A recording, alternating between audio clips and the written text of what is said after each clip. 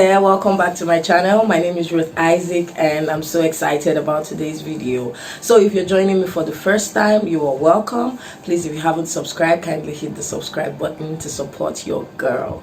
And if you're a returning subscriber, thank you so much for coming back. So we'll be talking about why Christian women fall into the wrong relationships. And if you think you are someone that often makes mistakes even in dating Christians, I think you might want to hear this and watch this video till the end. Alright, so disclaimer, I'm not a relationship expert or whatever, but I have a few experience. There are some things that I think I am qualified to talk about because I've experienced them firsthand and I've made such mistakes before and I have learned from my mistakes, and I think I should share that with you so that somebody would not go ahead and make those mistakes again. Alright, so without wasting much time, let's just jump right into it. I think I have I wrote down about 3 or 4 points that I'll be discussing today. Every woman has this idea of, if you ask them what kind of man do you want to be with, what kind of man, what's the attribute of the man that you want to spend your time or your life with. In the first or second on their list, you will hear a God-fearing man. This has put a lot of us in plenty troubles, has made us fall for the wrong people. And I'll be saying this because I have been there. I have made some funny mistakes as regards dating guys. I was crazy about the idea of God-fearing man. Especially a young lady that, you have a heart for God. You're probably doing something in the house of God, like work, being a worker or something. Whatever man you want in your life is someone who will support you, who would push you, and who will bring out the best in you and will not stop you from doing that thing that you've always wanted to do, which is serving God. And that's why we fall for a lot of this church or Christian guys in quote. I'm not talking on the general terms, but I know what I'm saying. Sometimes you meet people in the church, if you just hear him speaking in tongues and his tongues is like bringing down the roof of the church and his tongues is scattering the chair, you feel like, this is where we make mistakes. I heard someone say that the house of God or the church is like a hospital. Some people are responding to treatment, others are not. And so, because you see people portraying certain attributes in the church, God-fearing doesn't necessarily mean a worker. Because he's not a worker yet in the church does not mean he doesn't love God or he doesn't have a heart for God. God-fearing doesn't mean because he's speaking in tongues, he's capable of being a man that can take care of you. Because I've seen and I've heard and I've experienced people falling in the hands of church guys and they're disappointed. Let me not talk too much. Because he's speaking in tongues or because he's sweeping the church doesn't make him a potential husband material. There's a place for friendship and there's a place for knowing each other, and don't skip that part of knowing each other, which is being a friend to somebody. When you're a friend to somebody, at that point knowing the person, knowing the values of the person and the standards, you are able to tell if this person is capable of being your man. Okay, let me take myself for example. I've always been a church girl, and so anybody that I want to date must be in the church, must be a worker, must be doing something in the church, which is good. But sometimes we are just all up in our head, praise so much because he worships so much, because he speaks in tongues so much, then he's capable of being my man. No, some of them are still responding to treatment. Some of them they have made up their mind, but they are there just carrying the face of, oh, I'm a this, I'm a that, just to attract you. So please, my dear sisters, look out for somebody that has a heart for God. Not necessarily a worker. Somebody that has a heart for God and is ready to do something for God. Maybe they've not had enough inspiration or they've not had enough, push to actually work in the house of God. But don't limit your mind or yourself to the church alone. Your husband might not be in that church. He might be outside. Don't just make up your mind based on one thing because I've been there before. So I was just carried away by guy's activity and everything that he's doing in the church and everything that he's doing, the way he works for God got me so crazy about him. And I'm like, this is all I want. Someone is always there to do the things of God and will always carry me along, not somebody that I have to be dragging, or somebody that will be dragging me back, but somebody that he's already into the business. So it makes my work and my ministry easy, because I take my ministry very seriously. That's like my life. So all my choices in dating or in choosing my significant other was based around my ministry. So that didn't make me look wide. That made me ignore some of their attitudes that was disastrous, or that would be disastrous in the future. And a lot of people talk like, hey Ruth, but I was so stubborn. Oh God, thank you Lord for delivering me. I was just making decisions only for my ministry, and I didn't realize that if I wasn't comfortable in other areas of my life with this person, it would actually come back and haunt my ministry.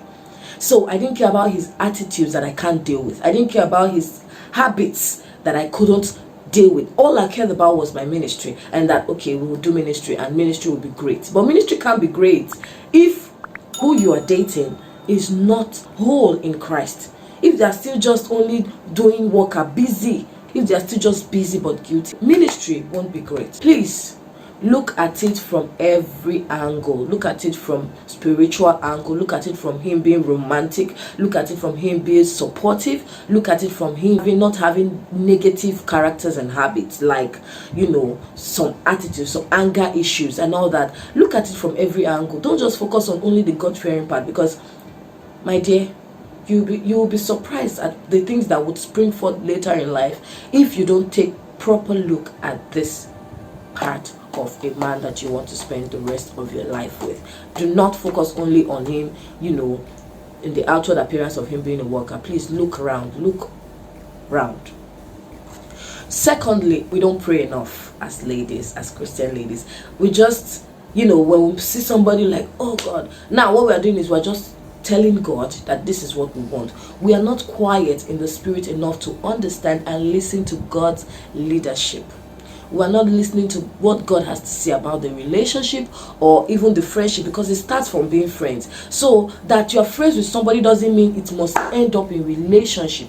That you are a friend with a man doesn't mean it must end up in a relationship. It can always end at being friends if you think this person is not complete enough to enter into a relationship with. Complete, I mean emotionally, financially, every way balanced, not just only spiritual. Let him balance everything that has to do with his life. He cannot just be only spiritual. That's not what we're going to eat. You understand? That's not all we need for life. We need more. We need a balanced man. We need a whole man. A man that is whole. Mentally, physically, financially, in every way. Whole. So we don't pray enough because we just see the part that tickles our fancy, and then we just like, oh God, please, just we start telling God what we want. We don't. God, what do you think about this? What do you feel about it? But because we have already made up imaginations, we have already imagined our future with this person, and it looks so beautiful, and that's all we want. And we just start telling God, this is what we want. This is how we want it. And we are not quiet enough to hear what God has to say. Because if you're quiet enough to hear what God has to say, my dear, you would hear. I will tell you for a fact that at the time when I was making these decisions, there were signs. And there were dreams. Sometimes God speaks to me in my dreams. And there were a series of dreams that I ignored. I would dream something that is so glaring. The next thing is I'll start praying against the dream. I'll start turning prayers upside down. God. When the pictures were very clear, you understand, I was seeing things clearly in my dreams. But I was because I already had a preset mindset on what I want. I wasn't paying attention to details. So please, let's try and listen to what God has to say before we jump into any relationship, especially with church folks. Thirdly, we don't have a balanced life as Christians. Sometimes we say, these church guys don't have swag, they don't have this, they don't have that, or they are not this. My dear, some church guys have swag, they are on point. You are the problem. There's something called moderation. You are looking for a husband, you are looking for a relationship, and you are dressed up like a married woman that has 3 kids already. Excuse you. I'm not saying you shouldn't be modest in your dressing. All I'm saying is, please don't be too extreme. Try to be ladylike. Try to make your face, do your makeup, clean up nice, brush your teeth. Don't come with your smelly mouth and think that you're holy, you're praying. Don't ever be too spiritual not to see the physical. Look good, dress clean. You can be all covered and still look fabulous. You can be all covered and still look good. Both in the church and outside, a man is a man. Whether he's a Christian, whether he's tongue speaking, whether he's vomiting fire. My dear, a man is a man. And a man wants his woman to always look good. I am not saying be exposing yourself. I am saying be modest. I am saying make everything to be governed by what we call moderation in Christ. Try to present yourself as a queen that you are, as a child of God that you are. Do you know who you are representing? A God with class. Our God has class. Our God is beautiful. And our God is clean. Our God is clean, oh. Our God is clean. Please, be neat. You can't be dirty and you're out there thinking that somebody will be attracted to you. Nobody is attracted to dirt. So please try to, be moderate. Make sure that your life is balanced. Physically, financially, what are you doing? Emotionally, please don't jump into a relationship when you know you are not capable, when you know that you're not settled. Don't jump into a relationship because you don't have money. Don't jump into a relationship because you are single and you feel like you are lonely. Go into a relationship whole. Go into a relationship complete. And then spiritually, my dear, spiritually also be balanced. We cannot overemphasize you being balanced spiritually, having your time with God, having your quiet time, your prayer times, dealing with spiritual things as they ought to be dealt with. But I hope that you've learned something, and I hope that you picked one or two things from what I said. Pray to God that, God, help me to see men clearly. Help me to see men clearly and not just what they present to me. Alright, I hope you enjoyed this video and I hope it was helpful. Please, ladies, let's do better than just jump into conclusions when trying to choose our significant other. Let's try to balance things up in our own little way and let God do the rest. Please do your part and let God do his part. Any other thing you would like me to discuss, you can drop it in the comment section below. If you've had an experience, you can also drop it in the comment section and I'll be sure to check them all out. Thank you so much and I'll see you in my next video. Bye.